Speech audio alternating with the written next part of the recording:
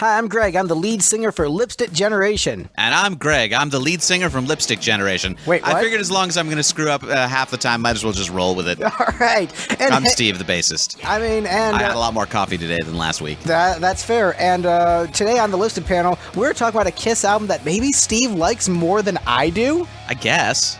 Possibly. Probably. We're talking about the Kiss album, Sonic Boom, the long-awaited Kiss album after, many, many years between Psycho Circus and Sonic Boom, an 11-year gap of waiting for an album of original material from Kiss, the first album with the Tommy and Eric lineup, and we have an excellent panel full of diverse opinions about this album. We're going to start off with our newest panelist, first time on the show, Mr. Joey Cassata. Welcome to the show, Joey. Yo, what's up, guys? And hey, we've got one of our two favorite Brits returning to the show. We've got Jamie Donnelly coming back. Welcome back, Jamie. Thanks for having me again. And hey, we have that other British guy that we like, but he went to America like a chump. We've got Julian Gill on the show. Welcome, Julian. When we do the Ranking British People episode. When we do the Ranking British People episode, it's definitely going Julian, then Jamie. Somebody came to this country as a man. That joke, that felt. I need more coffee. That was a joke. Hey, jokes. That was a joke. Speaking of people who tell jokes. Yet another joke about death, perplexing some, and just plain scaring most. That's probably the only drop until the very end of this episode, because we got 1 million people on this one. Keep telling them about him, Greg. Speaking of jokes, hey, Gavin. Gavin's on the show. Jokes. I am a joke. I'm here. And speaking of people who are a joke, Mike Walsh on the show again. Welcome, Mike. Absolutely a joke. So, yeah, Sonic Boom. This album, I have so much apathy towards, I don't know where to begin. So I'm not going to begin with me. You know what? Joey, it's your first time on the show. I want to hear your history with Kiss and your history with this album and general takeaway with it. What's your history with Kiss, Sonic Boom, and general thoughts on the album? So my history with Kiss began 1979 on the Dynasty Tour. I was 5 years old. Went to see them at Madison Square Garden. My mind was blown like many other children that were there that night. I had no idea why I was even going. I was with my family, and my brother was a Kiss fan. Had no idea what Kiss was, no idea about the music, nothing. Walked into Madison Square Garden, had my ass blown off, and basically walked out of there a lifelong fan. I actually just released my autobiography, and it opens up with me seeing Kiss for the first time and basically changing my life and propelling me onto a career in music, and basically all because of Peter Criss. And from there, obviously I've been a Kiss fan my whole life. My band ZO2 toured with Kiss on the Rock the Nation tour. We also did a couple shows on the Alive 35 tour with them. Became really close with them still to this day. Know Gene and Paul really well. Eric is a good friend of mine. Friendly with Tommy. So my Kisstory is still ongoing. Still really close with the guys. And big fan of really everything Kiss does, unfortunately. I'm one of those guys that even though I have some things that I don't like about what they do and I rank some stuff lower than others, pretty much anything they release I'm going to like. So I'm definitely one of those guys. And Jamie, how about you? What's your history with Kiss and this album? Well, that was a great way for Joy to end, because I'm also one of those guys. They could release anything and I'll buy it, and I'll even pretend to like it a lot and argue the toss out of how much I like it a lot. As mentioned before, I saw the kind of live music video for I Was Made for Loving You as a young'un, as a impressionable 12-year-old, and went, this is the coolest thing I've ever seen in my life. Went to my local kind of CD store and bought the only Kiss album that was in there, which was Kiss Asylum, of all things. And my love of Kiss started there. So this was actually the first new release that Kiss gave us during my fandom. And subsequently, I got to see them on that Sonic Boom over Europe tour and had a bloody lovely time. And Gavin, how about you? What's your history with Kiss and Sonic Boom? Well, so I got into Kiss in 1996 when I was 8 years old. That was right, when they put the makeup back on for the reunion tour, and I was an 8-year-old kid who played drums, loved rock music, and loved horror films. So that was kind of the perfect storm for me to really dive headfirst into Kiss when I saw them. They wound up being my first show that I ever saw. I saw the reunion tour in San Jose, California, and it blew my mind. I remember when I saw the show, I had no concept of what an encore was because I had never been to a concert before. So when they had, ended the set and then left the stage, I remember turning to my dad, who was with me, and saying, "Wait a minute, but they haven't done, Detroit Rock City and Rock and Roll All Night. Like that was pretty short. Are they coming back out?" And my dad just said, "Keep clapping, we'll see." And then I remember my mind exploded when they came back out. Awesome. Yeah, and it's out of all the theatrics, out of all everything, the biggest impact on me was when they came back from the sheer power of our applause. Kiss is a large reason why I do what I do today, which I'm a drummer myself, and I'm in a band that tours and makes albums that Greg doesn't like. And I like the second one. Yeah. And I need to listen to the other ones. That was a joke. But Sonic Boom, by the time Sonic Boom came out, I had I had kind of fallen off the Kiss wagon a bit by then. I was 2009, I was in college in Boston. I went to the Berklee College of Music out there, and I was probably in a snooty 2009. I would have been listening to like the Pixies, Frank Zappa, stuff like that. Stuff that I still listen to now, but I wasn't kind of clocking what Kiss was doing at that point. And actually, the first time I heard Sonic Boom in its entirety was for this episode. And I'd heard a couple, I'd heard the hits and stuff, and it didn't really spark interest in me to check out the full album. But upon listening to it, I like it more than I thought I would. And I'm a huge Kiss fan again. I've thanks in no small part to the many Kiss podcasts that are out there. Julian with the KissFAQ podcast, and the boys in Pot of Thunder, and Ken Mills, and yeah. Well, speaking of Julian, hey, Julian, what's your history with Kiss and this album? Well, history with Kiss starts in the mid-'80s with Asylum.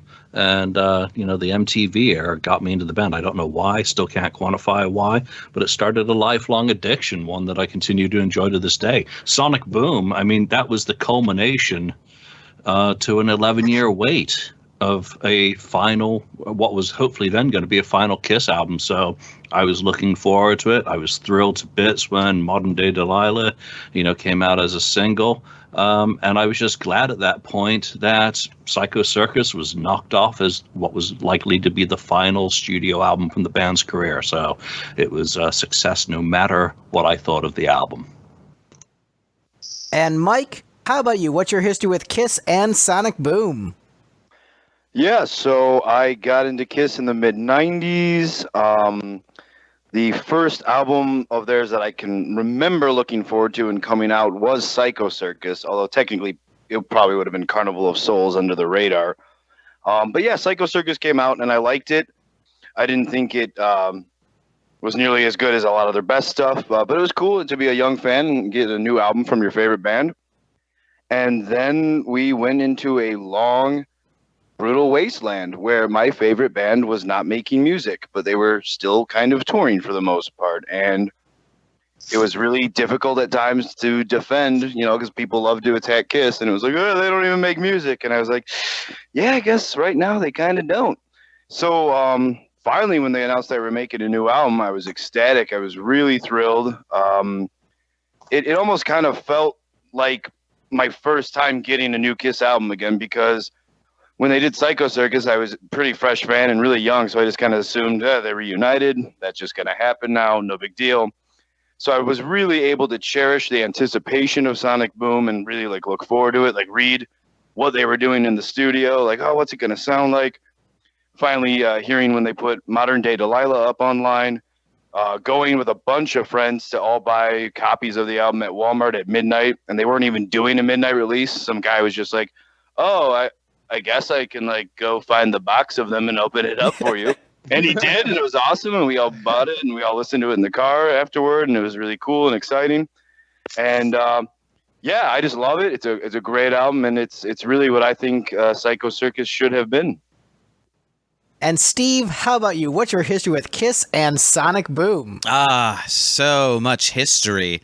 And so much, well, not so much Sonic Boom. So I started listening to Kiss, 2 years ago when we started this podcast. And I listened to most Kiss albums once. So now this is the next one. I listened to it on Friday once. And general takeaway from this album? It's a Kiss album. I heard rumors that a lot of Kiss fans didn't like this one. And I was like, what? This is a Kiss album. It sounds like a Kiss album. Why is everybody so whiny? It's actually a pretty well done Kiss album for what those things are. Like, it's going to be one of those episodes. It sounds good. It's a well put together Kiss album, assuming you can ignore Gene's lyrics. But even then, Gene's lyrics are just dumb and not offensive and gross. So yeah, like 6 out of 10, A+ when graded on the Kiss curve.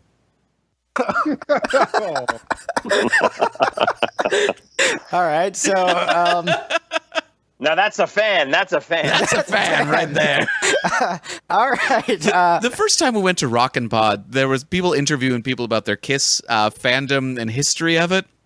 And like somebody's like, "Oh, Steve, you're just getting into the band," and people in the line were like, "Oh man, I sort of envy you just getting to discover this band for the first time." And Greg like forcing me to listen to them all over and over again. It's like, you know what? I think I'm good. Kiss has some good songs. Are we done with this project yet? We still have more to do, buddy. More to do. How about that? We got to get you on the cruise, man. Yes, Steve on the Kiss cruise. Ranking all the people on the cruise. I mean, yeah. I mean, the Dead's play there, right? They're pretty cool. I'd like seeing them. I don't want to talk negatively about local musicians, but I just don't like their music. They seem like very nice people, but I don't care for the songs, and I don't like their harmony choices. Anyway, speaking of things... I don't want to talk shit about local musicians, but here's why local musicians suck. All right. So, speaking of things that I don't like, my turn. You don't like your turn? No. Because now you're all going to be mad at him when he expresses his true heartfelt opinion about this masterpiece of Kiss. All right. So I became a Kiss fan in 2004 when I first saw the band on the Rock the Nation tour. Hi, Joey. Hey. So... And that concert, Good tour to start. That was my first ever concert and turned me into a music fan overnight. And Kiss on that tour were absolutely phenomenal. The band was tight.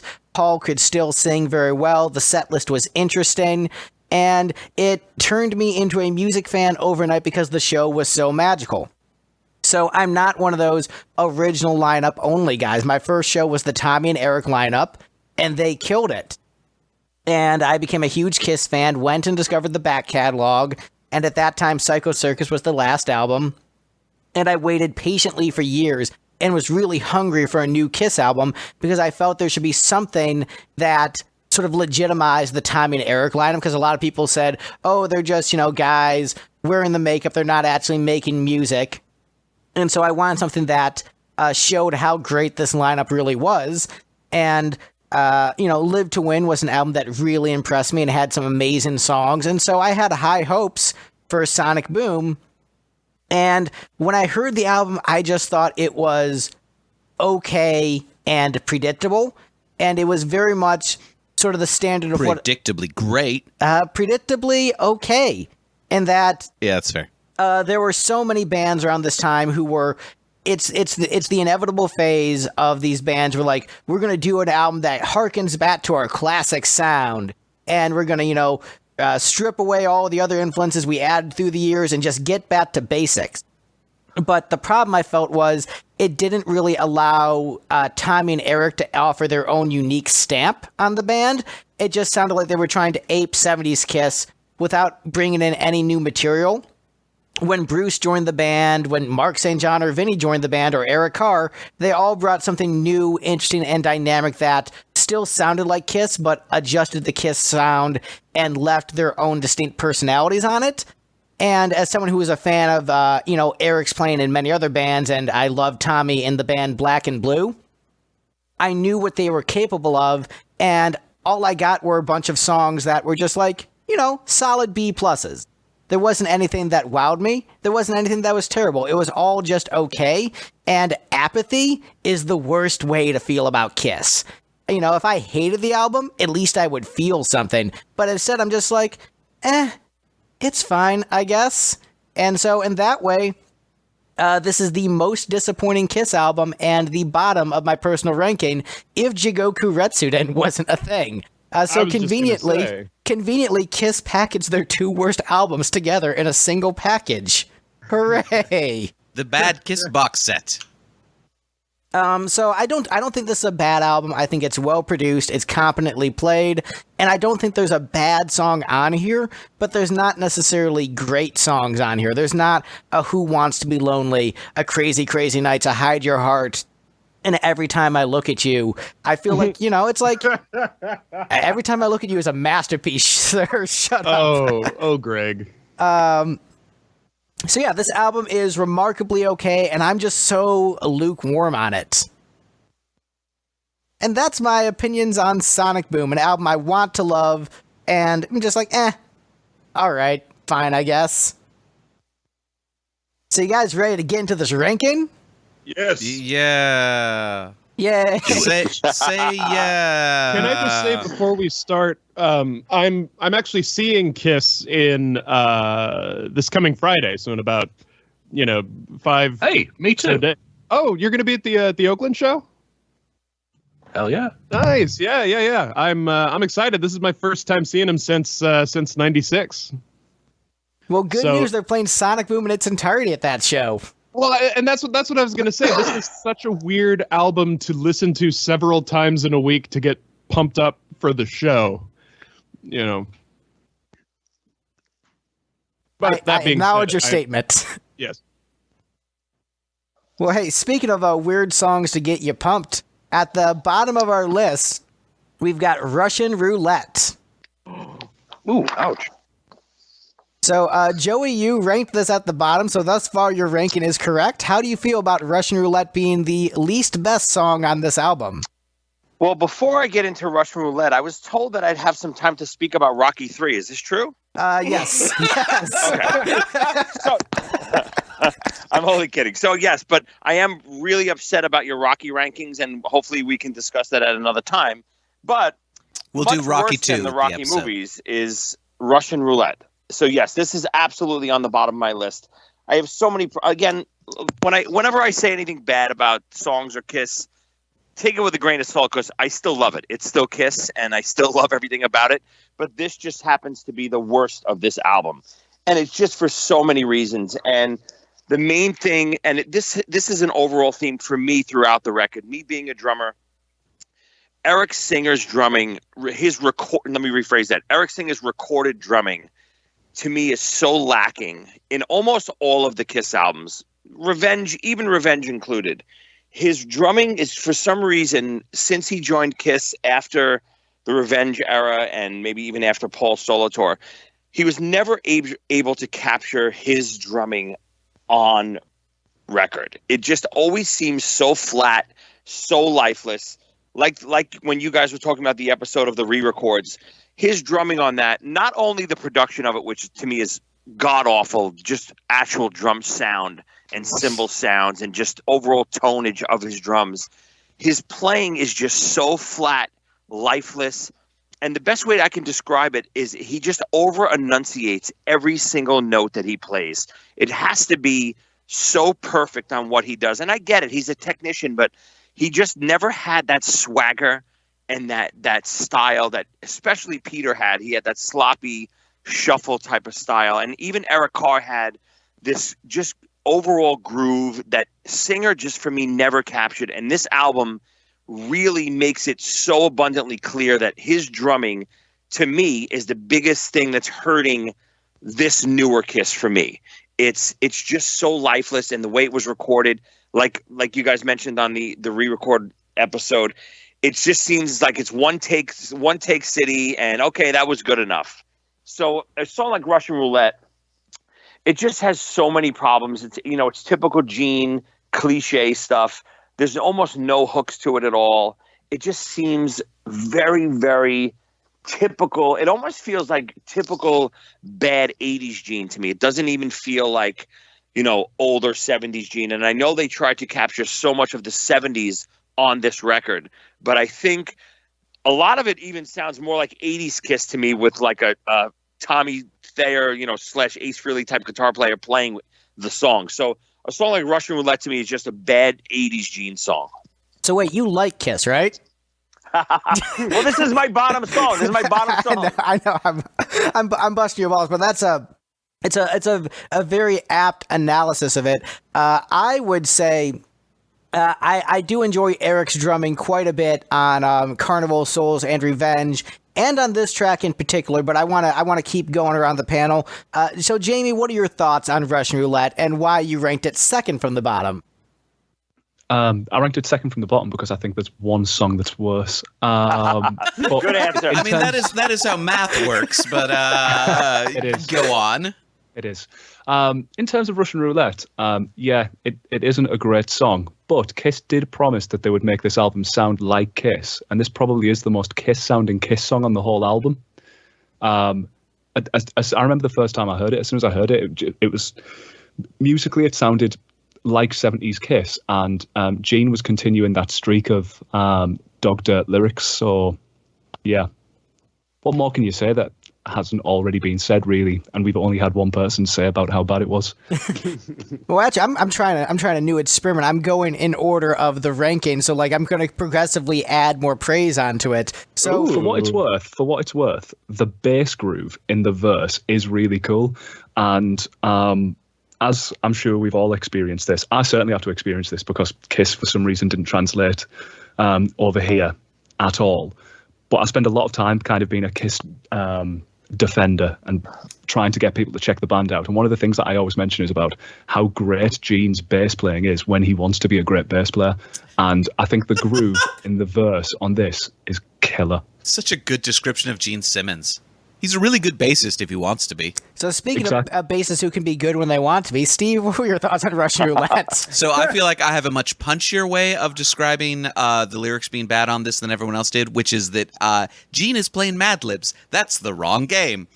My other joke is that I have a dubiously sourced statistic that like when men have sex with women, women climax only approximately 1 in 9 times. So what Gene is saying with this song is you get to pull my trigger once and you probably will not enjoy it. At least 89% chance. Probably even higher. Well, we've all seen the film. I actually haven't. Are we ranking that one, Greg? Where does that fall in the Rocky ranking? You know what? That derailed me so much I didn't even have a joke. But yes, the Gene Simmons sex tape is terrible. Julian, what are your thoughts on Russian Roulette? Should that have been in the background in the Gene Simmons sex tape instead of I Want to Know What Love Is by Foreigner? I've not seen that, thank God, but shame on you, Gene, for your first song on Sonic Boom being such a recycle fest, and it's pretty dire. It's like Gene took his lyrics book and just threw it in a blender. I've been calling it a lyrics bag, this album. The blender starts vomiting Gene lines, and he just starts singing them as they come out of the blender. That said, it's got a decent tempo, and I think his vocal's pretty good on it. But overall, it's a mediocre song that belongs, to be derided as it rightfully is. And in terms of going in order of like people who like the song, I actually put this. I gave it 5 points. So the thing is, this is definitely a bad Gene filler song. That said, I like some of those bad Gene filler songs, and so. Like, this song is very typical bad Gene filler, where it's like it's a bunch of different stuff sort of shoved together haphazardly in a way that doesn't make sense.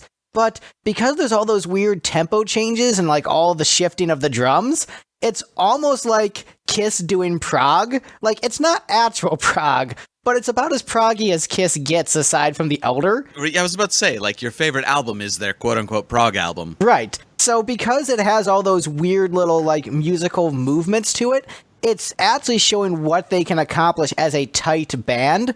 And so the song itself isn't necessarily that great, but the chorus is kind of catchy. I like the pre-chorus and how it builds into the chorus. I just love the musical movement of this piece. Gene delivers a good vocal. It is very concerning that this is the lead-off Gene song, because, hey, this is the level of quality you can expect on this album. My deck is loaded when I like what I see. So, yeah, it's if this is your lead-off Gene song, you kind of know you're in trouble for the quality of the album. But you know what? It's a Gene filler song that I enjoy. So even though I said, hey, I'm lukewarm on this album, this is one of the highlights for me. Yeah, so thumbs up. Mike Walsh, you and I put in the exact same spot, but I assume you like it more than I do, so that's why you're going next. Sure. Yeah, I definitely do like it more than you, and it's funny hearing everyone's negative reviews of it, because I thought I actually ranked it lower than a lot of people would, because I thought, and I could be totally wrong, but I thought I had remembered reading 10, 11 years ago that a lot of fans kind of dug this one and thought it was a cool song, so maybe I've totally messed up that memory in my head, but I dig it. Kind of the good things have already been said about it. Like Jamie said, the bass groove is really cool. Greg, I agree. I really like the tempo changes on the song, and I don't always necessarily want a whole lot of tempo changes in a song, and yet I think they work really well here. I ranked it, I think, as the second lowest Gene song on the album. I guess a little bit of a spoiler alert. I do agree it's a weird track 2 on the album, and I especially think it's kind of weird because I think that Modern Delilah is kind of a weird album opener, and yet I still really love the Sonic Boom album. And then just because Joey mentioned recording in general, and he hasn't been crazy about how Eric Singer has been recorded over the years, I just wanted to take the moment to mention recording in terms of Sonic Boom, because I remember them talking a lot ahead of time, like, oh yeah, we're gonna go real classic. We're gonna use all analog. It's gonna sound super 70s and vintage and everything. I'm like, okay, wow, interesting. This should be, where are they gonna go with this? And honestly, if that's how they liked recording it and that process was cool and fun or enjoyable or effective for them, that's great. I like how the album sounds. But it, to me, just kind of still sounded like a 2000-something album recorded by a 70s or 80s rock band. I didn't think in terms of sonics it had that analog classic 70s Kiss sound, at least not nearly as much as I was expecting. And maybe that's just bad expectations on my part, but I was almost expecting something like the classic 78 sound, even though that came out after Sonic Boom. But for those of you who have heard that, I thought maybe they were going to go way retro like that, but no complaints because I think it sounds good. But I think the analog 70s retro thing was kind of a little overstated. Thinking of this song in terms of horny Kiss sex songs, like Mike so often really likes. I'm glad you mentioned it. Yeah, this one's actually very surrealist for it. So maybe I'm not giving the song enough credit for being as very proggy in terms of Gene lyrics. Like, this song's all about my dick, but my dick is a metaphor for Ace's gun. Yeah, so it's a King Crimson-esque masterpiece. And this would fit right in on Discipline. Yeah. Well, it's funny too that Steve totally calls me out on the horny Gene sex songs, because I was going to mention that, and then I'm like, give it a rest, Walsh. You'll have time during this podcast. But it'll come up. Because a lot of you guys are talking about how you're like, oh no, this is the first Gene song on the album. Is this what he's gonna do? And I had the opposite opinion, because keep in mind, the last Gene song prior to this that we would have heard would have been, other than the Do You Remember Rock and Roll Radio cover, which he co-sang. But the last Gene song on a Kiss album was Journey of 1,000 Years. A masterpiece. Cool song, I guess. Yeah. But so not a Kiss song. And it's just what? I would say that for a solo album or something, Gene. So you can't have ballads like that on a Kiss album. Kiss song. To get a real Gene Kiss song again, I was like, yeah, Gene's back, baby. Let's do this. This is Russian roulette. So, A+. I'm going to transition over to Gavin, who gave this the highest amount of points, and also someone who correctly likes Journey of 1,000 Years. Yeah, Journey of 1,000 Years is one of my probably top 10 favorite Kiss tunes. I guess. Yeah. But that being said, I really like Russian Roulette. It's it feels like home. You know what I mean? It's like, all right.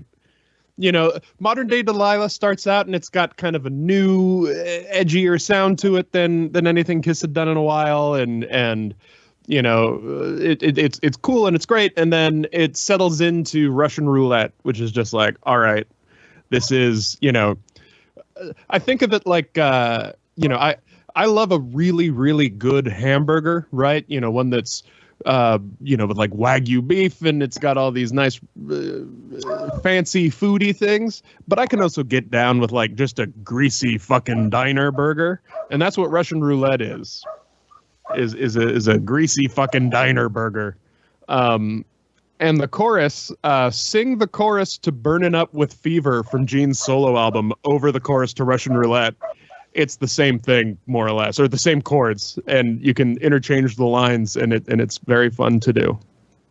And that's probably a large reason why I like this song a lot, is because "Burning Up with Fever" is my favorite Gene Simmons solo song.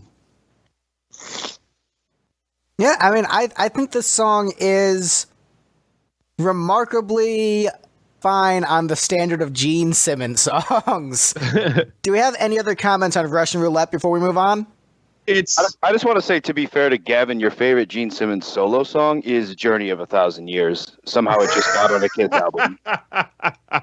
That's fair. That's fair. You know what? I'm going to say it right now. This album could have desperately used a Journey of 1,000 Years on this album.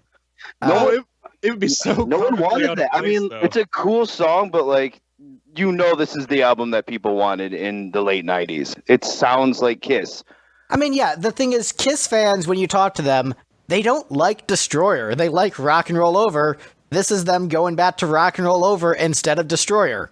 Like, so, yeah, I get it. It's not the album that I wanted, and it made me kind of bored. Speaking of songs that make me kind of bored, next up on the list we have Hot and Cold. We're going to go in reverse order this time. Joey, you ranked this incredibly high, and this is second from the bottom. How do you feel about this? Listen, I get it. Like I said before, if Rocky 3 is on the bottom, I have problems with all of your lists. But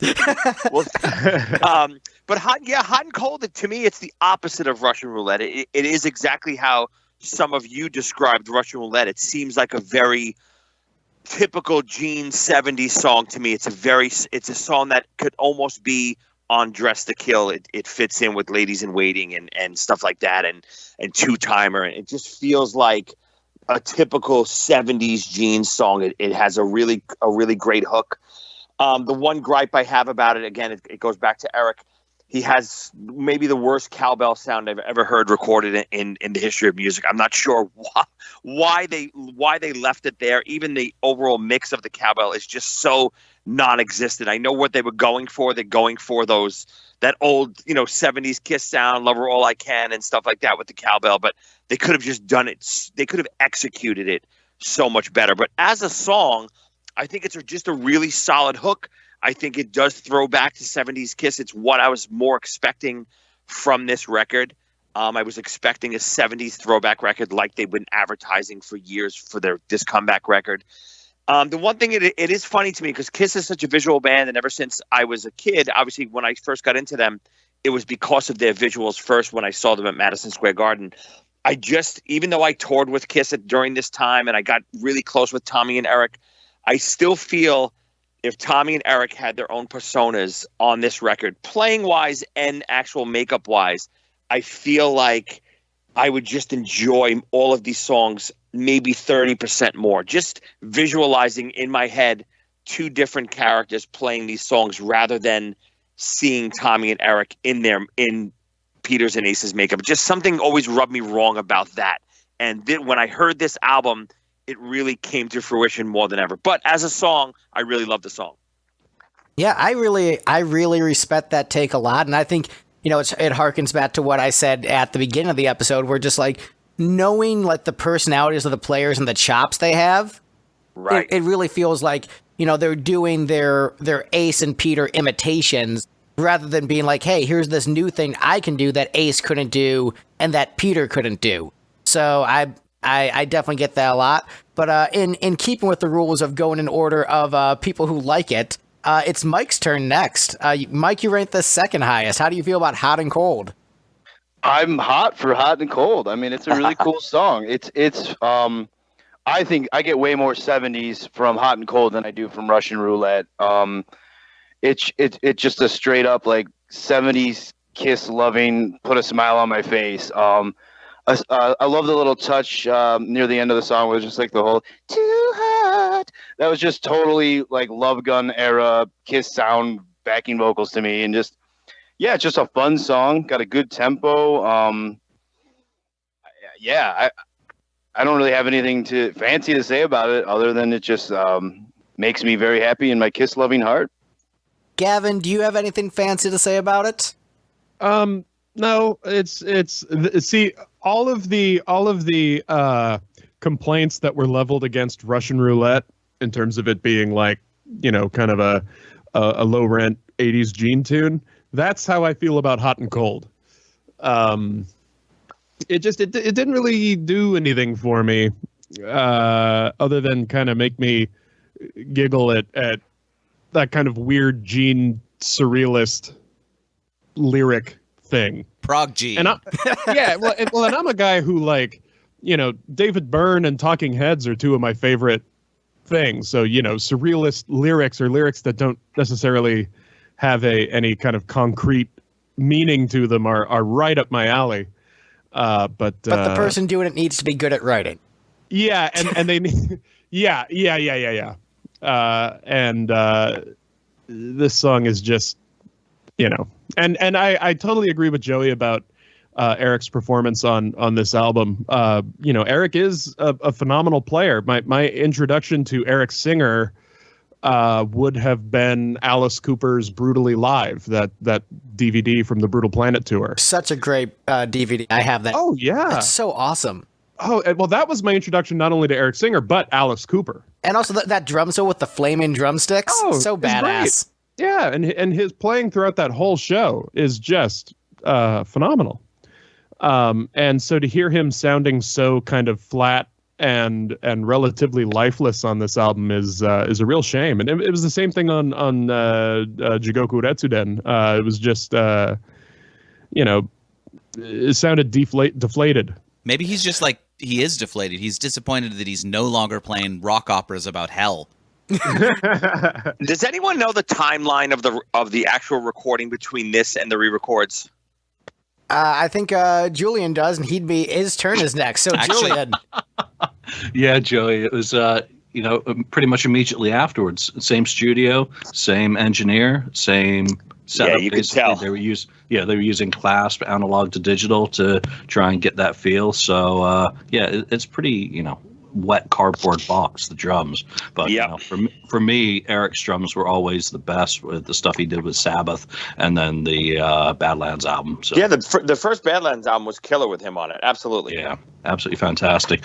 Now, Hot and Cold, I can't remember who it was who said that they were surprised about Russian Roulette being the first Gene song on the album and how kind of bad it was to have it as track number 2. And I think it set a really low bar. Hot and Cold, while it's not a great song for me, would have been better as the first Gene song. And I really don't think that's saying much because it's just another recycle fest. I talked about Gene's Blender. Well, Gene's Blender was really busy in the 1 hour that he spent writing 3 songs for this album. But still, it's not bad per se in like the pantheon of bad Kiss song, but this one just smacks of laziness. At least it was fun. I think the one time they performed it live, watching him struggle with those kind of lyrics in it. So not a terrible song when we talk about Kiss overall. And again, things just get ranked low as we go along on the albums because something has to be ranked lower than the rest. Jamie, I think it's your turn. How do you feel about Hot and Cold? It's not as good as the Katy Perry song. Well, I don't have anything to say now. Yeah, that was Steve's only comment. Sorry, Steven, I feel your joke. The song's completely inoffensive. I love the backing vocals for all the reasons that have been mentioned. They do sound very much like kind of Love Gun era Kiss, but there seems to be such a massive gulf between kind of how cool the chorus is and then how the verse just kind of happens. Welcome to Gene Simmons songwriting. Yeah, that's true. But, you know, as mentioned earlier, as one of them Kiss fans that will always love everything, you still sometimes, you know, you just, even though you've heard the song 20, 30, 40 times, you still think there's a chance the verse could be different this time. But it never is. It never is. I think the solo in this is really cool. I think Tommy plays a mean lead part. But I did cringe listening to it back when you have that sudden hard panning of the guitar solo to try and do the Eddie Kramer rock and roll over, like guitars going all over the place thing, because it's done really badly. But yeah, it's fine. Like Julian said, some of them have to rank at the bottom, don't they? The middle eight's really good. Sounds like Boston. One thing I just thought of, because Jamie mentioned the guitar solo, I remember a few people when this album came out, including one of my friends in real life, that little line before the solo where Gene says, "Dig this." I just always heard it that way right away, but I saw at least a few people, they thought that Bruce Kulick was making a guest appearance because they heard "Take It, Bruce." And I never heard it that way, but it's just funny to me that some people honestly did. Okay, so it'd be my turn next on the list. So Hot and Cold, I actually... Jamie sort of stole my comments on this song too, in that yes, the Katy Perry song is better, but also the verses are just kind of like verses that do nothing for me, and then the chorus is really awesome. I love this chorus. It is very much a rock and roll over kind of hook, and it makes sense because I believe the song is a leftover from the 70s, like an old demo that Gene had in the 70s that never turned into a proper song because the verse was trash. He just decided, hey, a different kind of truth worked for Van Halen. Let's just do it for us. Great chorus. The Tower of Power bit is a remarkably stupid Kiss lyric. So, keeping that trend going. And Steve, just so you have to admit it on mic, say nice things about Katy Perry. So back in 2008 or 2009, I was driving in my car in a part of the country I didn't drive in often. I didn't know the radio station. So I flipped to a random radio station and ended up hearing about half of the Katy Perry song, Hot and Cold.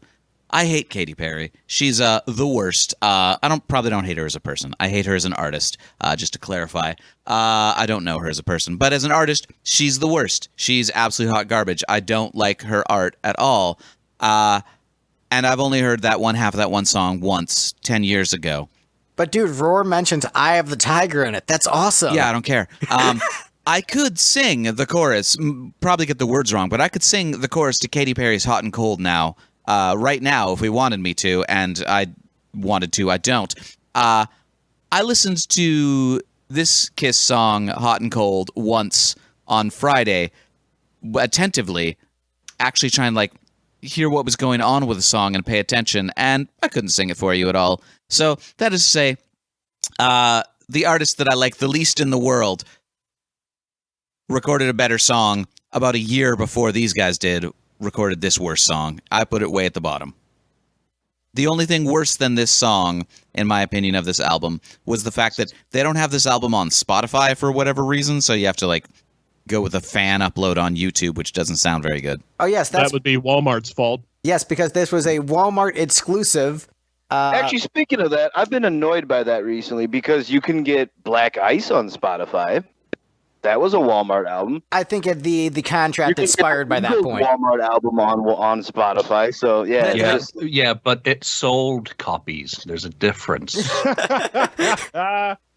I mean, there's albums that sold way less on Spotify than Sonic Boom. That's for sure. Hey, well, this went to number 2 on the Billboard charts, defeated only by Michael Bublé, which he had a better album. Be fair. I haven't heard it, but I can 110% say that's false. Was it even an album, or was it it was like a Christmas album, right? I think it was just a regular studio album, if I remember correctly. Wasn't that with I Haven't Met You Yet song yet? I thought that was the song. I could be wrong, but either way, Sonic Boom is better. I feel like it's really dishonest for Billboard to have charted this one on the independent albums chart. That's just not fair. Because apparently it hit number 1 for hard rock, rock, and independent, as well as number 2 for Billboard 200. I mean, if they weren't signed to a label, if Kiss independently releases an album... Okay. To be fair, isn't any rock album in like the last 20 years kind of independent because no one listens to rock Kiss is an music indie anymore? band, dude. I mean, Roadrunner was involved. What was Roadrunner's involvement? Probably like Europe or something. They distributed in Europe, but come on, Kiss Records distributed by Walmart. That's pretty indie. Yeah, like distributed by It's Walmart. funny. I think the only reason, unfortunately, because this album did reach number 2, I think it's really the only reason they even recorded Monster. I think they were so set with having a number 1 record in their history, and especially it maybe being their last record. I think they just forced Monster out, and they were just hoping they would get a number 1 record, even if it was for a week. Oh, yeah, and that does remind me, as we're discussing the whole Walmart exclusive thing, there's another bit of history I have with this album where I got the album at midnight at Walmart and then ended up on a phone call with Julian and a whole bunch of other people in the KissFAQ talking about the album. So this is the second extended phone conversation I've had with Julian about this album. Hooray! Just like This old album is times, like buddy. This album has many layers that need to be kind of peeled back Yeah, through several extensive phone calls. It's Yeah. Kiss's Artichoke. Yeah, that why wasn't the album named Kiss's Artichoke? who knows? Hey, man, speaking of things that Gavin has shitty opinions about, Uh-oh. next up on the list, we have a song that Gavin gave 10 points to, which otherwise probably would have ranked at the bottom. But because Gavin gave it some pasticho medley-esque bullshit to elevate this higher than it deserves to be, it's third from the bottom. I'm an Animal is next on the list. Gavin, what the fuck? This song is great, god damn it. This is Great? Really? With a G? Yes, and an R. What letter were you thinking instead of G, Greg? Well, J probably, Drake? for GIF. Right. But this song is to me it rocks in the same way that Almost Human on Love Gun does, which is Almost Human is probably the second best tune on Love Gun. Gene can write a hell of a riff when he puts his mind to it and wants to. This song rocks, and that's about all I've got. I mean, it's just an ass kicking tune. God damn it! So I'm going to break the order here a little bit and just jump in with my notes because somebody dropped the ball in terms of writing fan fiction for this episode. So I picked up a little bit of the ball and wrote mini fanfics for several of these songs. And this is the first one, which my fanfic goes, Paul walks up to Gene and slaps the bag of lyrics out of his hands. Write the song, he shouts.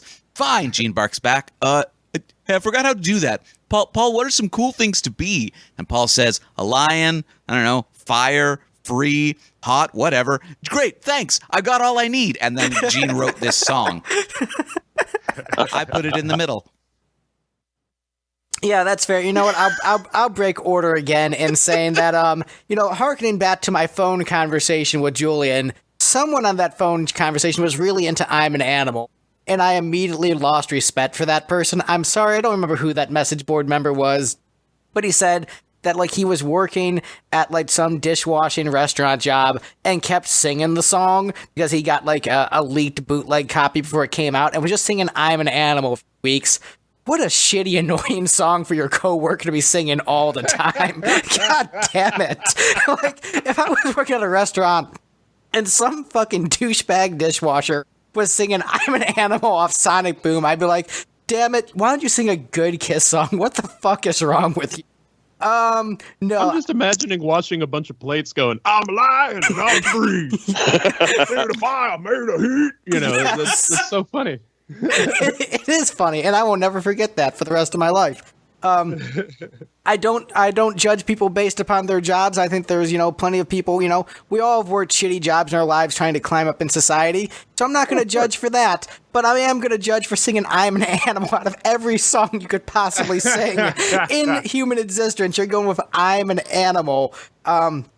This is so calculated, so forced, like, I need an Evil Gene song, but I've already sang about how, like, I'm unholy and a demon, but have I sang about how I'm kind of like an animal, like a werewolf? No, you haven't. Why? I don't know. Actually, no, you already have with Almost Human, which is a better song. This is the sequel, right? Almost Human is Gene. This is Rocky 5. This is jumping straight from Rocky 1 to Rocky 5. No, I see where Gavin's going with it. This is a year after the first Twilight came out. He could have gone with Pretty werewolf. Human, and then I'm an Animal is when he's just totally taken on the animal form. Exactly. He's Animal. like, I'm an Animal is the Rocky 2 of Rocky. No, it's in terms of quality, it's a sudden, sharp downward spiral. It sounds like they wanted to write a Black Sabbath song but weren't very good at it, and that's what they came up with. He should have gone with I'm a Shiny Vampire. Should have gone with I'm a Shiny Vampire. It's one of the most forced Kiss songs I've ever heard. Kind of terrible. Mike, you ranked it at the bottom also, but I guess you like it? Well, yeah, this album kicks ass. So, I mean, every song's going to be great, but going into Sonic Boom, when I put it on a few nights ago to do the ranking, I pretty much knew probably I'm an Animal would be at the bottom for me. Just in general, Kiss and otherwise, I typically like a little more up-tempo songs than kind of like the slower plotting songs. And then still, when I'm an Animal came on, I was like, this song is awesome. Like, I feel terrible putting this at the bottom, but I think probably out of the 11, it just is my least favorite. But I still like it. It will get stuck in my head. I don't know about for weeks at work. And I mean, into that guy's defense, I'm kind of assuming he wasn't shouting it out at the top of his lungs. If he was, then more power to him. Yeah, that was amazing. That would be amazing if he's just doing that power spray on the dishes and he's just belting out "I'm an Animal" for all the restaurant customers to hear. But I'll get songs stuck in my head and I'll kind of hum them in my head, So I'm guessing that's what he meant. The guy did mention that his coworkers were getting annoyed with him with saying it all the time. Okay. Appropriately so. Then touche. But honestly, it's just a really cool song on an awesome album, and it just happens to be the least best. So, Julian, you also thought this was the least best. Do you annoy your coworkers by singing "I'm an Animal"? I will tomorrow now. I never thought of that, using Kiss as abuse. There's very few Kiss songs You're that like I really a decade behind the military. Very few Kiss songs that I'd really say I don't like, but this is one. But I don't think I'd hate it as much as if it didn't steal so much from Feel Like Heaven, which obviously was on Peter Criss's Let Me Rock You album, which I love. I actually like the song there where it's got more of a tempo. But on this one, the melody's cool, but the sludgy, ponderous music of just trying to be a clone of the, having an obligatory God of Thunder, song on the album is just too calculated. It's too lazy. It's too meandering. And it's just a tempo killer for this album. So I don't like it at all. I find it, I managed to say like one positive thing about the melody, but other than that, it's complete rubbish. Jamie, you like complete rubbish. Why did you rank this so high? Well, I ranked it so high in comparison to everybody else, but it was kind of a middle of the pack song for me amongst the rankings. I had this at number 2. Yeah, I quite like the music, the musical aspect of it. I mean, lyrically, it's just, as everybody's mentioned, calculated Gene, but musically, I thought it was really cool, and it's one of the better sounding tracks in terms of production. There isn't a lot of you can't really hear that a lot of editing's gone on or things like that, whereas some of the other tracks scream this has been tuned, this has been comped, etc. So yeah, I just think it's a fine song. I quite like the slow riffs. It reminds me a little bit of War Machine in places. Wow, it's almost as if it's trying to be like War Machine in places. Weird. Yeah. Joey, you ranked this in the middle. You probably have the most nuanced and probably accurate take on this. Go ahead. Yeah, I kind of disagree with a lot of the takes. I think this is one of the songs that doesn't feel at all forced to me. It feels like this is where Gene is at this point. This is, an extension of almost Carnivals, which is almost an extension where Creatures was back in the day. It feels like Monster Gene. It doesn't feel like Gene trying to be early 70s Gene like some of the other tracks on here. It just feels like almost a more mature Gene, like the monster version of Gene with where he was on Carnival and a little bit on Revenge. So I don't feel it was forced at all. I think this is one of Gene's best songs on the record. Yeah, I don't know. I feel like as a guy who loves Carnival, puts Carnival on his top 5 of Kiss albums, this, I don't know, this doesn't fit in with Carnival or that era for me. It just really feels like I need an evil Gene song because I've already made too many songs about how I'm 70s Gene trying to get laid. For me personally. Yeah, but even just the music, it's not just some of the typical blues stuff that they're doing throughout their other songs on the record, like the Gene songs. Even though I have Hot and Cold listed above it as a song, it just seems like they're so specifically going for that 70s sound on those songs, whereas this just seems like, okay, this is where they are right now. I could see Tommy or Gene writing this riff and just going with it, not saying to themselves, that doesn't fit with the 70s, sound that we're looking for this record. It just seems like a song that came out pretty natural and was on the record. Joey, I was 100% with you until you said you put Hot and Cold above this. Well, hey, speaking of Gene desperately trying to sound like the 70s, next up on the list we have Yes I Know, parentheses, Nobody's Perfect. Hey, Gene is desperately trying to sound like the 70s.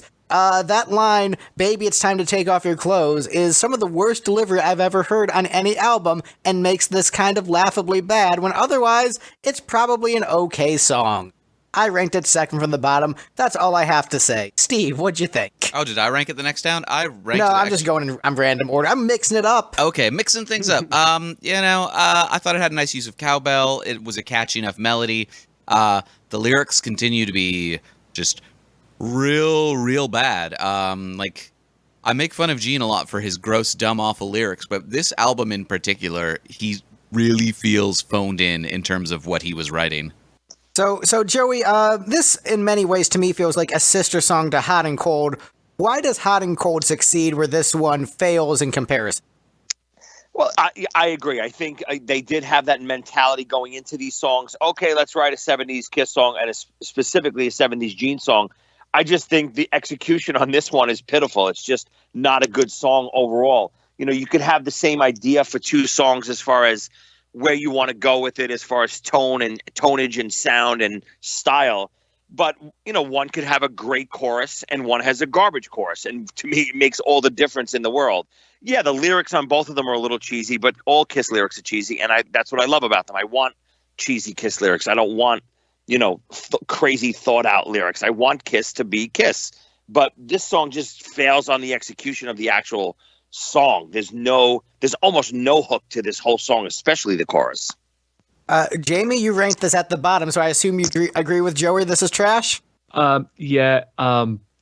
It reminds me of Love 'Em Leave 'Em, and I really don't think Love 'Em Leave 'Em's a great track either. Whoa. I'm sorry for having a controversial. Be quiet, sound loud or something. Stop. No. It's largely informed because the first time I heard the song, I saw the video, and Gene's movement in that made me feel ill. There's a video for this? Yeah, check it out. For Love 'Em Leave 'Em, not Yes I Know. That's a great video. Yeah, That's so cool. Yeah, I love that video as a kid. That video's amazing. Man, I didn't think that This is unsurprised. This is surprising me. I thought this would be Greg. Everyone gangs up on him for his shitty opinions. I didn't expect everyone to gang up on. We take Troyan, and now we have hot dump Donnelly. Am I right? I'm sorry. I can only apologize. But yeah, I think the song's terrible. The cowbell's the best part of the whole track. And the bit where the whole track stops and Gene gives it a little I dug that. But other than that, don't love when he barks out, "Take it off, babe." Not when you're like, if 70s Gene did that, I'd be like, yeah, 70s Gene's younger and cooler, but Sonic Boom Gene isn't younger. Yeah, there's something about a take it off, Gene, because age. my joints hurt and I can't do it anymore. Yeah, just like I don't want to hear him sing Christine 16 anymore. I don't want to hear him like talk about where he's putting his parts as much in as obvious a way.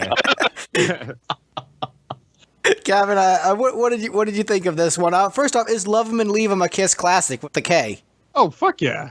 Damn straight it is. 100%. It's an SKKK, Stone Cold Kiss classic. Shout out to the Pod of Thunder Boys. This music video is kind of boring. Oh, Love 'Em and Leave 'Em? Yeah. It's just a live clip. Yeah. It was the 70s. What's the head movement all about, though? Yeah, The man, head dude, movement this was the terrible. 70s, so they didn't really have music videos That's back fair. then. It's just like That's fair. Wasn't it I do done like on the Star Wars scroll and the lowercase version of their logo leading that off. That seems on brand. Well, wasn't that filmed for? Was it Don Kirshner's It was rock Don concert? Kirshner, yeah. Yeah. But no, to me, Yes I Know is kind of fun because it's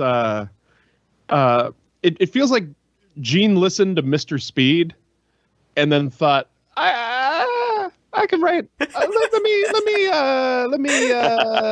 give it a shot. He turned into Waluigi. Let me try. Oh, see, I was getting Larry David. I'm gonna write a pretty good version of Mr. Speed. I can.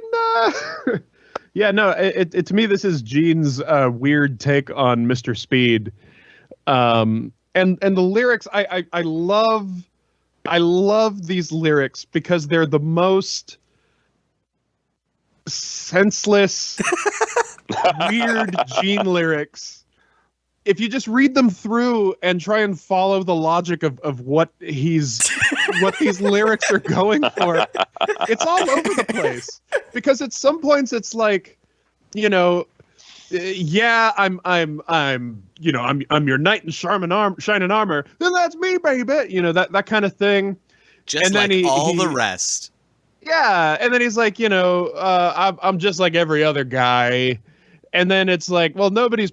It sounds like in the chorus seems to be almost apologizing for like a weird scrotum or something. Like, nobody's perfect. I showed you Just mine. take Now off you show me your yours. Yeah. Listen, if that's what the song is about, it makes me like the song way, way better than where I ranked it. That's perfect. Yeah, I'm with Joey. I mean, a song owning up to your weird scrotum, that's masterpiece. I even think Steve would be like, you know what? If Gene had the confidence to write a song about weird scrotum awareness, I have way more respect for him. That would be Steve's take. Depends on how he wrote a song. If he wrote it as a song about weird scrotum awareness, it was like, I know this guy. Not me. It's a friend. He's got a weird scrotum. I'd be like, yeah, Gene, huh? That could be his second Kurt Cobain fan fiction. Tell us more about your friend. Yeah, there you go. Well, I guess it would then be a sequel to Larger Than Life, right? Because that was about, His scrotum? that'd be His more very the large size of scrotum, his- yeah. His very yeah.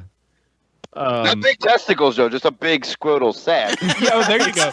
Normal An sized average testicles testicle. and just Just like hanging halfway down his thigh with tiny little marbles bouncing Big old around at the scrote, bottom. yeah. So, like 2 walnuts in a burlap coffee sack. So Mike, you and Steve actually ranked this in the exact same spot. So, Mike, what did you think of this one? I mean, I honestly genuinely want to compliment this overall, the overall like lipstick panel podcast series and the concept of these different panelists, because it's so fascinating hearing, for me, very different opinions than what I'm used to from a lot of people like on KissFAQ or people on Kiss fan pages on Facebook, because typically Yes I Know is lauded as like the best or one of the best songs on Sonic Boom. A lot of people say, yeah, it's the only one where they really tried to sound like 70s Kiss and the rest is BS. And also the fact that we've only done Gene songs so far, and so many Kiss fans would definitely put the Eric and Tommy songs at the bottom just because they're Eric and Tommy songs. So genuinely a lot of credit for a way more mixed up version of opinions here, and that's really cool. As for the song, Greg, I totally agree with you. For me also, Yes I Know and Hot and Cold have always been kind of companion songs. The those were really close for me, and one of the reasons why I put off my ranking. I gave Yes, I Know the edge, partially because I just didn't want to be like burned alive because I thought everyone loved that song. Maybe I would have given it to Hot and Cold. I don't know. But yeah, I think it's a really cool song. It is probably one of the most purely 70s sounding songs on Sonic Boom. I got nothing else special to say. And Julian, you ranked it the highest. How do you feel about this ranking fourth from the bottom? I'm not bothered. I'll give a toss out. It's ranked. Doesn't change my opinion. I mean, come on. We just talked about Animal, which Paul and Tommy have a co-write on, so they couldn't save that pile of steaming crap.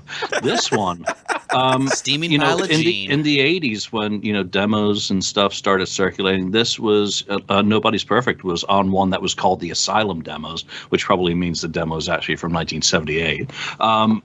And it was one of my favorite songs back then. So when I saw the title that was going to be used on this album, I was looking forward to it. I wish he'd kept more of that original demo in it, because he kind of changed the melody around a bit and tried to shoehorn the sound of the song into making it sound like a Dress to Kill song. I still like it a lot. I think it's probably his best. Well, it is his best song on the album, and I know that probably doesn't mean a lot to everyone else when you think of the songs that he does have a writing credit on. But it's pretty fun. And someone mentioned Gene's horn tape at the beginning of the show, and I was just looking through the lyrics, and maybe this is the soundtrack to that actual video. I could see him now with that white T-shirt. White T-shirt and weird scrotum. The Gene Simmons story. That's the title of That his actually next sounds book. like a ska song. Yeah. and the girl, baby, it's time to take off your clothes. And none of this ever gets resolved in the song, so neither does it apparently on the tape, which, again, I've only ever seen screen capture. Thank you. All right. Well, hey, someone mentioned, hey, it's nice that we haven't gotten to any Tommy and Eric song. Well, next up on the list. Oh, go ahead, Gavin. I was going to say, no, go ahead. All right, well, next up on the list is When Lightning Strikes. Go ahead, Gavin. It's ranked too high. It's, I mean, and to be clear, I don't dislike this song purely for the fact that it is Tommy Thayer. I like Tommy Thayer a lot. I think he's not only a great guitarist, but I think he's been rather instrumental in Kiss being a functioning group since '96. With helping Ace and Peter kind of relearn the parts and doing the Second Coming documentary, and I guess helping out with the Kissology DVDs. Tommy Thayer has done a lot for the group. One of the things that he should never have done was When Lightning Strikes. It's just, I mean, I can't even really muster up a lot of bad things to say about it. It's just boring. It's just predictable. It's needing to vaguely have the electricity and or space theme. It's forgettable. It is not the standout rock and roll party track that I'm an Animal is.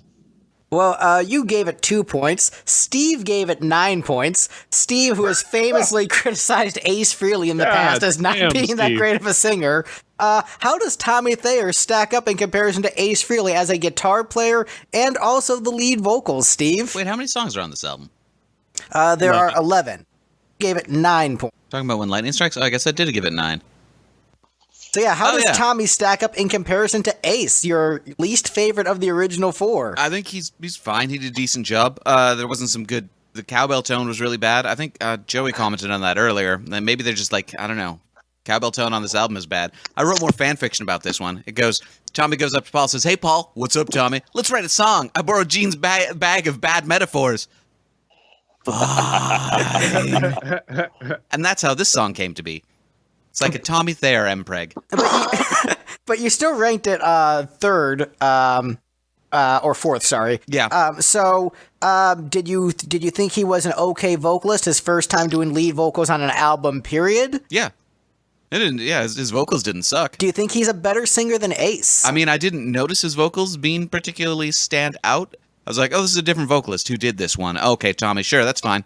So, yeah, clearly he did a good job compared to Ace, who only does a good job when he has somebody else to push him by writing the song for him. So, on Mike, who would we say is a better singer, Ace or Tommy? I've only heard the one Tommy song. He's probably a better songwriter for himself, I suppose.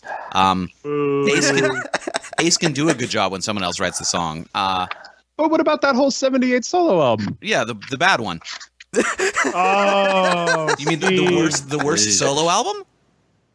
You're saying that that's the worst of the 4 solo albums? Yeah, that's drugs right there, guys.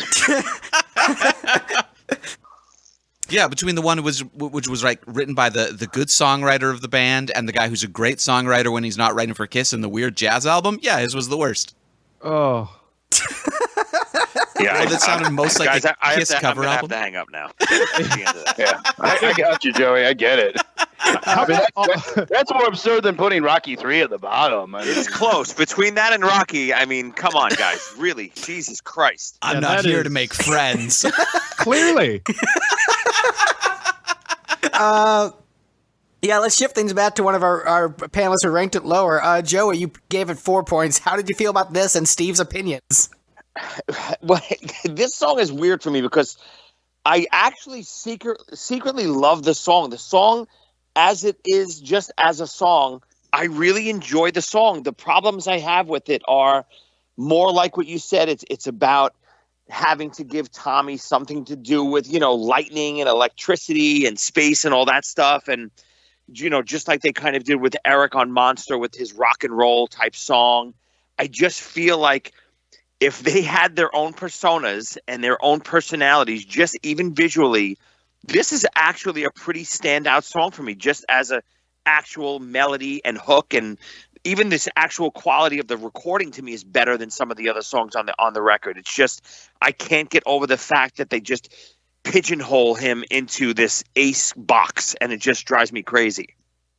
Yeah, Mike, you gave it the same amount of points. Do you agree with Joey's take?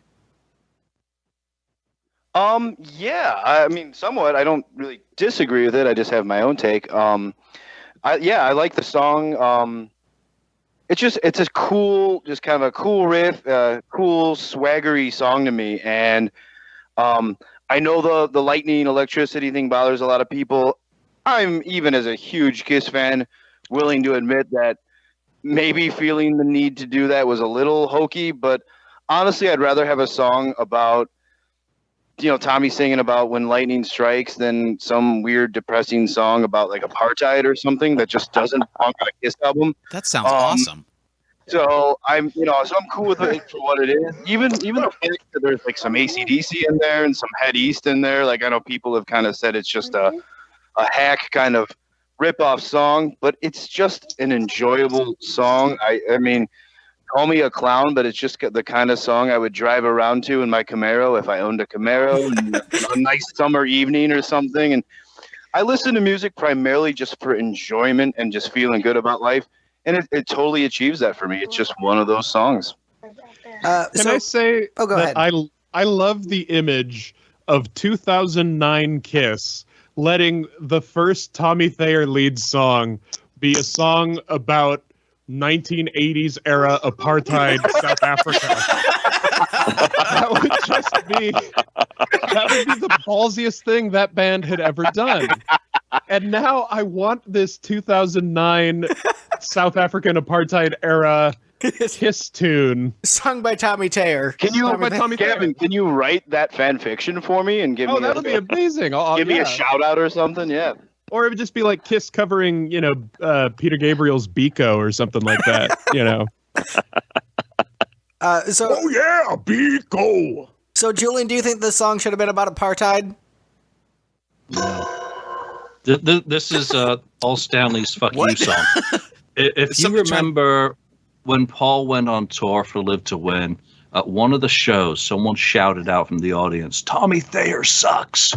And then Paul got into it with that fan, yeah, so does your mother, et cetera, et cetera. I think, when they came to do the album, Paul's like, Tommy, you're going to do a song to piss off the haters. You're going to do something that makes people's heads explode. So you're going to do a song that's about lightning, that's about electricity, that's got cowbell. Oh, and by the way, you're also going to rip off AC/DC in the music for it with TNT and Problem Child.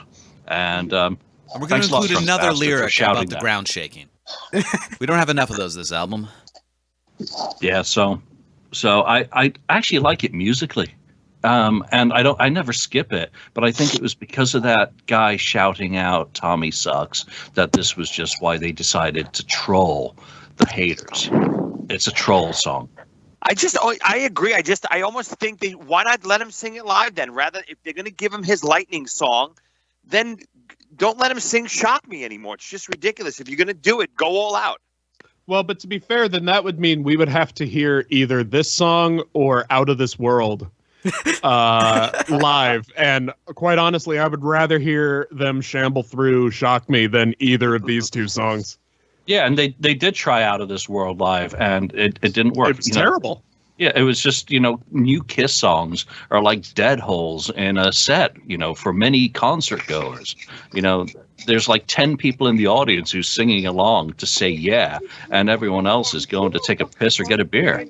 Well, and those 10 people are all singing Poison. I thought it was really interesting that considering they're harking back to kind of the 70s Kiss, so essentially the whole album becomes a pastiche of Kiss. They then have Tommy doing a pastiche of Ace, so it becomes like a pastiche of a pastiche, which I thought was very interesting. A pasticcio medley, if you will. Big time. A pasticcio medley. Yeah, I mean the song is a fine rock song, but like it's been mentioned, like Joey mentioned, it'd have been great to have not done a song that was all lightningy and I'm the spaceman persona, so here's a song that very much fits that narrative. But I understand why it was done. To me, it sounds like it was trying to be Calling Dr. Love, which is a superior song from Rock and Roll Over. Just to go back to that's me defending my choice to slag off Love 'Em Leave 'Em earlier.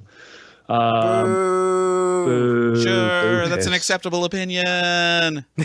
Thank you. What a middling song. But yeah, more cowbell, but a better sounding cowbell, please.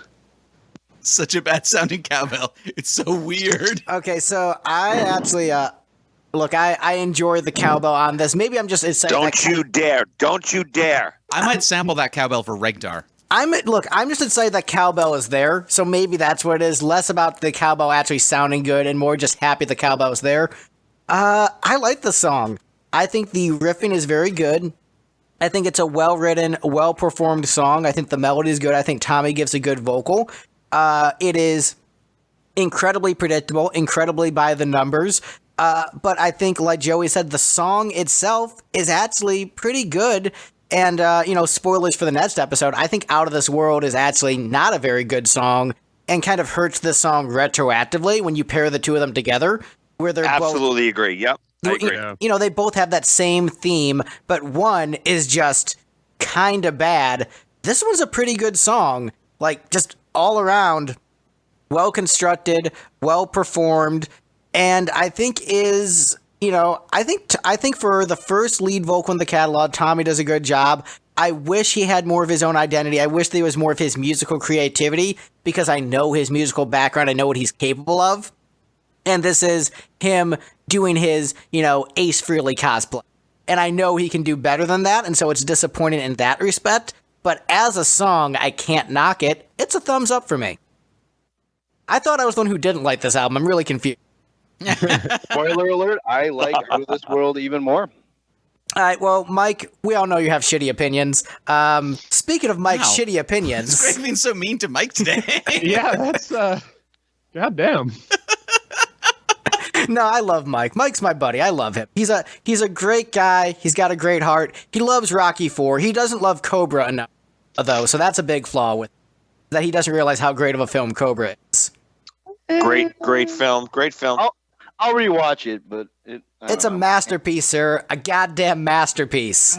I'll rewatch it. It's been almost 20 years, probably. Yeah. Cobra's a masterpiece. Joey knows it's a masterpiece. He knows. Absolutely. Honestly, since Joey's had really good opinions so far, that's the making me the most likely to go rewatch Cobra. So thank you, I Joey. respect that. Thank you, sir. Something just came to mind for me back to the 2009 era Kiss anti-apartheid song. That the chorus would in fact be apartheid, so sad, made you cried. Now, baby, please part those thighs. Oh. I just want to say it's funny because this just shows you where different people stand on Kiss and their enjoyment of Kiss and everything. Because I'm like, yeah, I just want fun, cool lyrics. I don't want none of those songs about apartheid. And like a couple of you were like, huh, Kiss singing about apartheid would be really interesting. Well, we mostly want it because it would be terrible. They would not do a good job of it. Right. Yeah, no, yeah, I do not in real life want a. No, Could you imagine a song about apartheid on Carnival of Souls? I mean, if there was any place to do it. Yeah, it would make the most sense on Carlos. Yeah. Probably, yeah. Well, hey, next up on the list is the first time that Kiss rips off Poison on this album. We've got Never Enough next on the list. Hey, it's Nothing But a Good Time with a less good chorus. I'm done. Steve, your turn. Let me find it in my notes, because, all right, second from the bottom. Never Enough. I thought it sounded like Rock and Roll All Night, that riff right away, or something very similar to it. Paul couldn't hit the high notes. That's no good. He does an okay job of like trying to sound gritty and tough to hide it, but it's not working. We can all hear that it's not working, and he needs to figure out a better solution for the fact that he's old and can't sing anymore. So Spoiler alert, he doesn't. So Julian, you famously are not necessarily a Poison fan, and I remember reading a lot of comments on KissFAQ where people were saying, "Man, this song is great and sounds nothing like Nothing But a Good Time." Julian, is this song Nothing But a Good Time? Is that a double negative?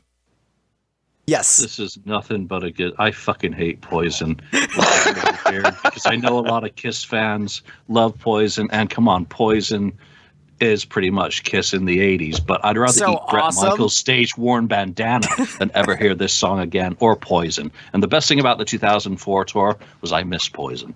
Hallelujah. I hate this song. Joey, you toured with does Kiss that mean and you miss Poison? Joey's band Zio too as well? Yeah, Julian, what do you mean? What Why are you do saying? hate Joey, Julian? I think Julian secretly has a Poison FAQ board somewhere that he's running. Help, I'm being repressed. Now we see the violence inherent in the system.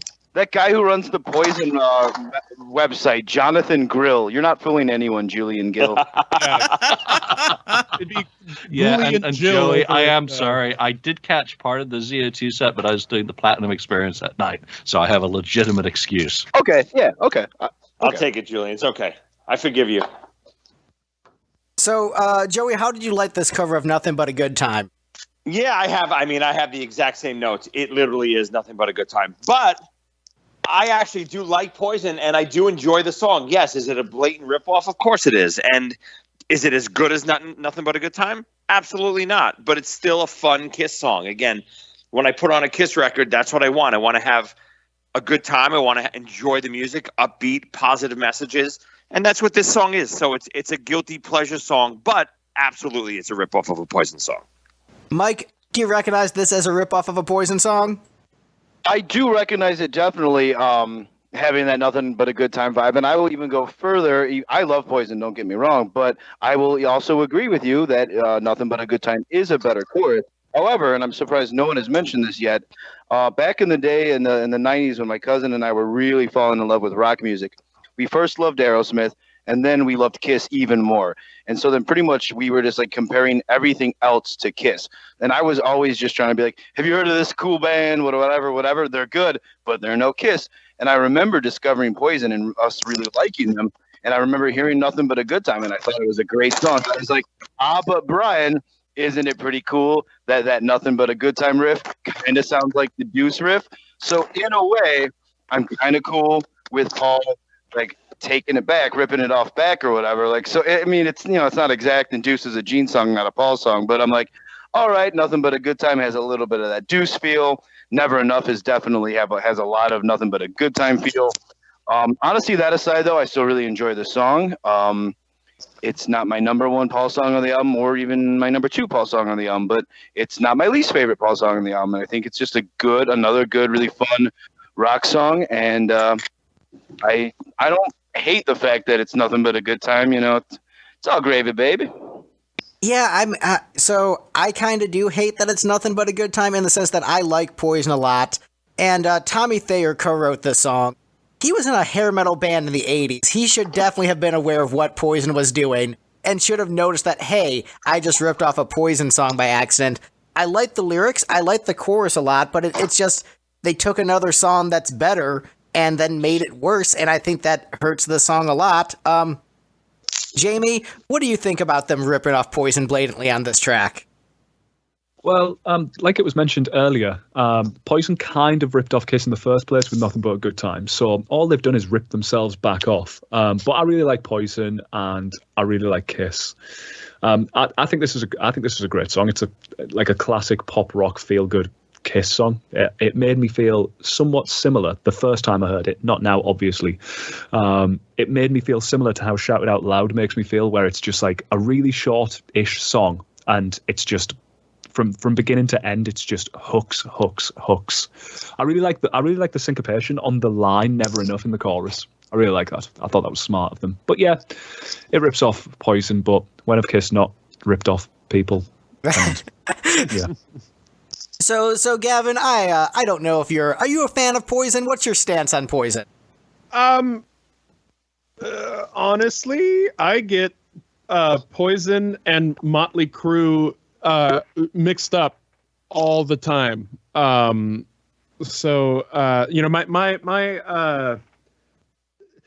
will say that the bands that I get heavily into are kind of weirdly all over the board. So like, I mentioned I've been listening to Sonic Boom kind of once a day this week, but I've also really been listening a lot to this British group called The Fall. So for those of you out there who know The Fall, listening to them and Kiss at the same time is puts you in a weird way. I don't know a lot about Poison. I do know Nothing But a Good Time. And I don't necessarily hear that. Do you not hear the drums and the chords being the exact same thing? No, but I also only know the vocal melody from the chorus. Yeah, I mean, I'm not even trying to shit on Gavin right now. I'm just being sincere. If he confuses Poison and Motley Crue, it just really means he's not that invested in either band.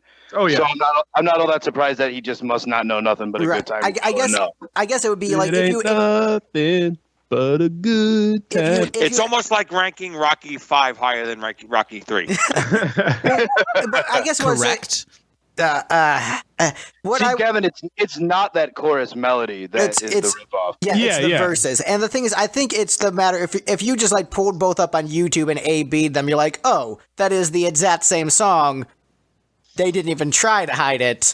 Yeah. And I think like it's probably one of the most blatant ripoffs I've ever heard in music, period, by any band. And as someone even more than the chorus for Say Yeah? Oh, much more. Wow. No, like it is probably the most explicit ripoff I've ever heard in music. And as someone who has tried to stand up for Kiss as being original in their songwriting, when Tommy Thayer, the guitar player from Black and Blue, is like, check out this song I've got, guys. I'm like, no, you stole that from a peer band. A peer band that had a massive hit that's been played for decades. You have no excuse, Tommy. Well, he had the excuse that nobody was going to hear his version. I wouldn't even use that. Ooh. What did Steve say? I said his excuse was that no one would hear his version. Ooh. Yeah, I don't know. I think it's in this way, this song sort of encompasses a lot of just my problems with this album, is that the contributions that Eric and Tommy are bringing in is like so much less than I know they're capable of, and just leaves me feeling meh and disappointed when, like, in isolation, this is a great song. If I don't know Nothing But a Good Time exists. Yeah, I mean, to me, I put this at number 3.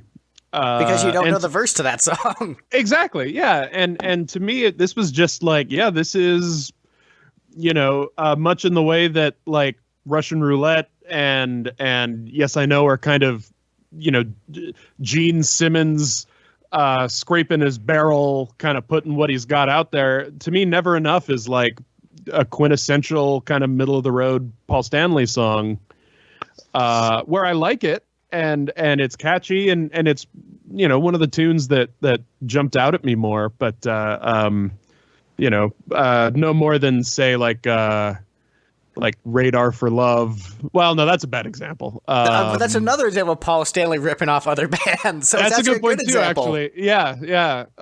Or Dreamin'. Another example of Paul Stanley ripping off other bands. Ripping off good bands, at least. Yeah. Poison's a great band, sir. I will fight you. They have so many great singles. Freaking Every Rose Has Its Thorn, one of the best songs of all time. Oh, okay. Yeah, I do like Every Rose Has Its Thorn. I mean, Cry Tough. That's like a shonen anthem about believing in yourself, following your dreams. Talk Dirty to Me. I mean, if that song was a New York Dolls song, it'd be respected by everybody. But it's so catchy. But I'll go mega controversial right now and piss off everyone, probably including Joey, who's been an ally of mine so far. Do it. For my personal enjoyment, not life influence, but for my personal enjoyment, I get more pleasure listening to Poison than I do Led Zeppelin. I mean, Poison's that a great seems band. eminently reasonable. Poison That songs hurts are a little fun. bit. That hurts. Oh, damn. Steve just came in with the dick punch on that. I mean, Led Zeppelin kind of sucks. Oh, okay. Oh, so Steve's backing me up. All right. Led Zeppelin's Steve great. Steve and I are known to ally when it comes down to the. When it comes down to the wire, I got your back, Mike. Yeah. When it comes down to the wire, like Steve and Mike will ally on Rocky IV, Crazy Crazy Nights, and not liking Led Zeppelin. You two are Fighting the real battles out there. Indeed. all right. So I'm not going to open that Led Zeppelin can of worms. Any other comments on Never Enough before we move on? I would take not only this song, but this whole album over Live to Win any day. That one's for you, Greg. I do think that Sonic Boom overall is a better album than Live to Win. 100%. I think you're fucking nuts. I think Live to Win is a much better album than this in every way. Sonic Boom is definitely more what I was wanting from a new Kiss album than Live to Win was what I was wanting from a new Paul album, even though I like both a lot. Sonic Boom just speaks to my soul more. You know what I'll say? Sonic Boom maybe has a better, like, it sounds more like Kiss. It has the Kiss production. Yeah, it's just more Kiss. I think the songs on Live to Win are much stronger than the songs on Sonic Boom.